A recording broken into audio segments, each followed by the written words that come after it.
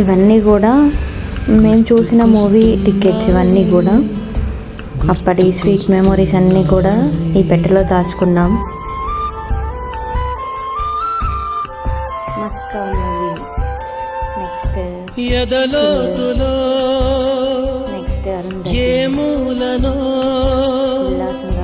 నిదురించు జ్ఞాపకాలు నిద్రలేస్తున్నాయి, గుర్తుకొస్తున్నాయి, ఇలా చాలా మూవీస్ ఉన్నాయి. నెక్స్ట్ కృష్ణ, పరుగు, ఈ గాలిలో